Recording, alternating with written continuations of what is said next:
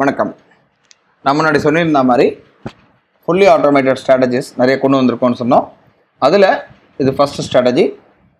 இது புதுசாக இந்த வீடியோ பார்க்குறவங்களாம் சரி, இல்லை ஆல்ரெடி நம்ம வீடியோ பார்த்துட்டு இருக்கவங்க இருந்தாலும் சரி, ஒரு ஸ்ட்ராட்டஜி எப்படி ஒர்க் ஆகும், டெக்னிக்கல் அனாலிசிஸ்னால் என்ன, அக்யூரசினா என்ன, இந்த மாதிரி கேட்குறவங்களுக்கு செப்பரேட்டாக நம்முடைய டிஸ்கிரிப்ஷனில் 2 லிங்க் இருக்குது. அந்த வீடியோ லிங்க் பார்த்துட்டு அதுக்கப்புறமா நீங்கள் இந்த வீடியோ பாருங்கள். அதுக்கப்புறமா ஏதாவது டவுட் இருந்தால் எனக்கு கால் பண்ணி கேட்கலாம். ஏன் அப்படின்னா, எங்களுடைய பார்வையில் டெக்னிக்கல் அனாலிசிஸ்ன்றது வேறு. ஜென்ரலாக நான் அதுக்கு ரொம்ப டெக்னிக்கல் அனாலிசிஸ்க்கு ரொம்ப ப்ரிஃபரன்ஸ் கொடுத்து பார்க்குறவங்க பார்வையில் பார்க்கும்போது இது சரி இருக்காது. ஸோ தயவு செஞ்சு இந்த வீடியோ பார்த்தக்கப்புறம் அக்யூரசி இந்த மாதிரி சமாச்சாரத்தில் ஏதாவது டவுட் இருந்ததுன்னா தயவு செஞ்சு டிஸ்கிரிப்ஷனில் 2 வீடியோ லிங்க் இருக்குது. அதை பார்த்தக்கப்புறம் உங்களுக்கு தெளிவாகும்னு நினைக்கிறேன். ஸ்டில் உங்களுக்கு டவுட் இருந்ததுன்னா தயவு செஞ்சு டைரெக்டாக கால் பண்ணுங்கள், நான் உங்களுக்கு கிளியர் பண்ணி தரேன். ஃபஸ்ட் இந்த ஸ்ட்ராட்டஜியில் 3 விதமான காம்போனன்ட்ஸ் இருக்குது. இந்த ட்ரையாங்கிள் மேலே இருக்கக்கூடிய ட்ரையாங்கிள் பார்த்திங்கன்னா இது வந்து ஒரு ஹையை குறிக்குது, ஸ்விங் ஹைன்னு கூட எடுத்துக்கலாம். அதே போல் டவுன் ட்ரையாங்கிள் மாதிரி இருக்குது, இதை பார்த்திங்கன்னா ஸ்விங் லோ கூட குறிக்குது, அதை எடுத்துக்கலாம். அதுக்கப்புறமா 3 லைன் இருக்குது, இது 3 விதமான மூவிங் ஆவரேஜ் எடுத்துக்கலாம். இதில் இந்த ஸ்ட்ராட்டஜி இந்த சிஸ்டம் எப்படி ஒர்க் ஆகுதுன்றது நான் இப்போ உங்களுக்கு சொல்லித்தரேன். இந்த சிஸ்டம் ஒர்க் ஆகுதுன்றது பார்த்திங்கன்னா ரொம்ப சிம்பிள். இது வந்து ஒரு higher high lower low concept இந்த பேஸ் பண்ணி தான் ஒர்க் ஆகுது. ஒரு பெரிய சயின்ஸ் எல்லாம் ஒன்றும் இல்லை. பார்த்திங்கன்னா மார்க்கெட் ஹை போகும், லோ போடும், ஹை கட் ஆகும், திரும்ப லோ கட் ஆகும், திரும்ப ஹை கட் ஆகும், லோ கட் ஆகும், ஹை கட் ஆகும். இப்படி தான் ஒரு அப் ட்ரெண்ட் போயிட்டுருக்கும்.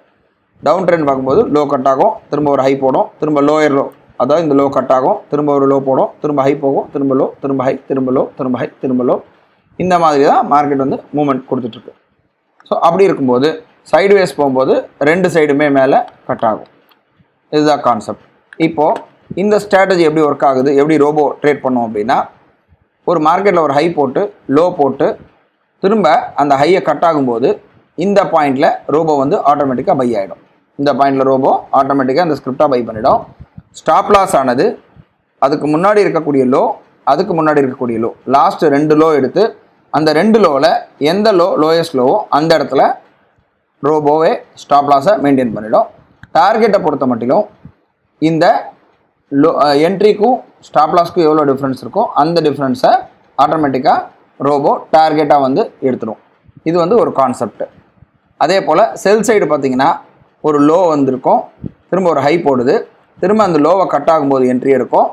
ஸ்டாப் லாஸ் ஆனது லாஸ்ட் என்ட்ரி எடுத்ததுக்கு முன்னாடி இருக்கக்கூடிய 2 ஹை எடுத்து அந்த 2 ஹையில் எது ஹையஸ்ட் ஹையோ அந்த ஹையை ஸ்டாப் லாஸ் ஆட்டோமேட்டிக்காக ரோபோ மெயின்டைன் பண்ணிக்கும்.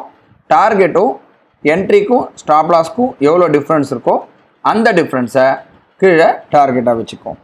ஸோ ரோபோ இதில் எந்த கண்டிஷனில் எடுக்காதுன்றதை மட்டும் சொல்லிடுறேன். இது எடுக்கணும் அப்படின்னா மூவிங் ஆவரேஜ் வந்து ப்ராப்பர் அலைன்மெண்ட்டில் இருக்கணும். At the time of entry எடுக்கும்போது பார்த்திங்கன்னா இந்த இடத்துல என்ட்ரி எடுக்குதுன்னா ஒரு அப் ட்ரெண்டுக்கு உண்டான ப்ராப்பரான மூவிங் ஆவரேஜ் செட்டப்பில் இருக்கணும். அப் ட்ரெண்டுக்கு உண்டான செட்டப் அப்படின்னா என்ட்ரி எடுக்கும்போது மேலே க்ரீன், அதுக்கு கீழே ரெட், அதுக்கு கீழே ப்ளூ இருக்கணும். இந்த 3 மூவிங் ஆவரேஜுக்கும் நடுவில் இடைவெளி இருக்கணும். ஒன்றுத்துக்குள்ளே ஒன்று முறுக்கிட்டு இருக்கக்கூடாது. உதாரணத்துக்கு இப்போ இந்த இடத்துல பார்த்தீங்கன்னா க்ரீன் வந்து ரெட்டில் கிராஸ் ஓவர் ஆகிருக்கு. இந்த மாதிரி இருந்ததுன்னா ரோபோ எடுக்காது, ஆட்டோமேட்டிக்காக அது அந்த இடத்துல ஆர்டர் எடுக்கவே எடுக்காது. அதே போல் இந்த மாதிரி முறுக்கிட்டு இருக்கும்போதெல்லாம் ஆர்டர் எடுக்காது. ஒரு என்ட்ரி எடுக்கும்போது ஆட்டோமேட்டிக்காக ரோபோ வந்து அந்த 3 லைனை பார்க்கும். 3 மூவிங் ஆவரேஜ் ப்ராப்பரான அலைன்மெண்ட்டில் இருக்கும்போது மட்டும்தான் என்ட்ரி எடுக்கும். இதனால் வந்து நமக்கு சைட்வேஸில் அன்னெசரி சைட்வேஸ் எடுக்கக்கூடிய ஆப்பர்ச்சுனிட்டி எல்லாமே மிஸ் ஆகிடும். ஸோ ஒரு என்ட்ரி கொடுக்கும்போது ப்ராப்பரான செட்டப்பில் மூவிங் ஆவரேஜ் இருக்கணும். ஸோ அதனால் என்ன ஆகும் அப்படின்னா, காத்தால ஒரு என்ட்ரி கொடுத்துருக்கு, ப்ராஃபிட் எடுத்துருக்குன்னா அதுக்கப்புறமா என்ட்ரி எங்கேயுமே இல்லை, இந்த இடத்துல ஒரு செல் என்ட்ரி எடுக்கிறதுக்கு உள்ள வாய்ப்புகள் இருக்குது. அது ஸ்டாப் லாஸ் மேலே இருக்கும், ஆட்டோமேட்டிக்காக அதுவும் டார்கெட் அச்சீவ் ஆகிடுச்சு. அதே போல் திரும்ப இந்த இடத்துல என்ட்ரி வரும்போது பார்க்குறோம், இந்த இடத்துல இந்த கேண்டலில் கீழே பாருங்கள் மூவிங் ஆவரேஜ் ப்ராப்பர் செட்டப் இல்லை. ஏன்னா க்ரீன் இருக்குது, அதுக்கப்புறமா ப்ளூவும் ரெட்டும் வந்து சரியாக கிராஸ் ஓவர் ஆகலை. ஸோ இந்த மாதிரி சைடுவேஸ் வரும்போது சிஸ்டமே வந்து அதை ஐடென்டிஃபை பண்ணிடும். ஸோ இதுதான் வந்து simple automated system based on higher high lower low concept. இது ஃப்ராக்டல்ஸ்னு சொல்லலாம். ஸோ இந்த சிஸ்டம் ஒன்று கொண்டு வந்திருக்கோம். நம்ம சப்போர்ட் டீமில் கால் பண்ணி இந்த சிஸ்டம் இன்ஸ்டால் பண்ணிக்கலாம். அதுக்கு முன்னாடி மொத்தமாக இன்றைக்கி நாளைக்கு நாளான்னைக்கு என்னென்ன வீடியோஸ்லாம் வருதோ மொத்தமாக பார்த்ததுக்கப்புறம் நம்ம எக்ஸிஸ்டிங் கஸ்டமர் சப்போர்ட் டீம் கால் பண்ணுங்கள். தனித்தனியாக கால் பண்ண வேண்டாம். மொத்தமாக பார்த்ததுக்கப்புறம் கால் பண்ணும்போது எல்லாமே ஒரே டைமில் இன்ஸ்டால் பண்ணி கொடுக்கும்போது ஈஸியாகவும் இருக்கும். நாளை ஒரு புது ஸ்ட்ராட்டஜியை பற்றி நான் டெஃபினேஷன் கொடுக்குறேன். அதே போல் ரோபோவில் இருக்கக்கூடிய ஒரு சின்ன சின்ன மாற்றத்தை பற்றியும் சின்ன சின்ன அட்வான்ஸ்டு ஃபீச்சர்ஸும் ஆட் பண்ணியிருக்கோம். அதை பற்றியும் நாளைக்கு வந்து ஒரு புது வீடியோவில் சொல்கிறேன். நன்றி, வணக்கம்.